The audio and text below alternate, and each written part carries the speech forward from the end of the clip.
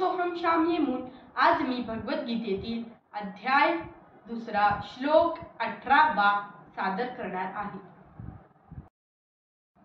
अंतहंत इमे देह नित्यस्यच्चः शरीरिणः अनाशिनो प्रमेयस्य तस्माद्युध्यस्व भारत।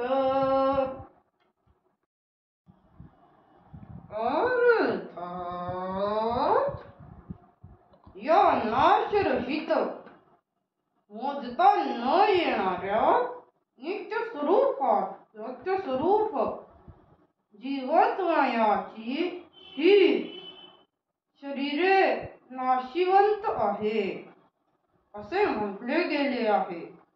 म्हणून हे भरतवंशी अर्जुना, तू युद्ध कर।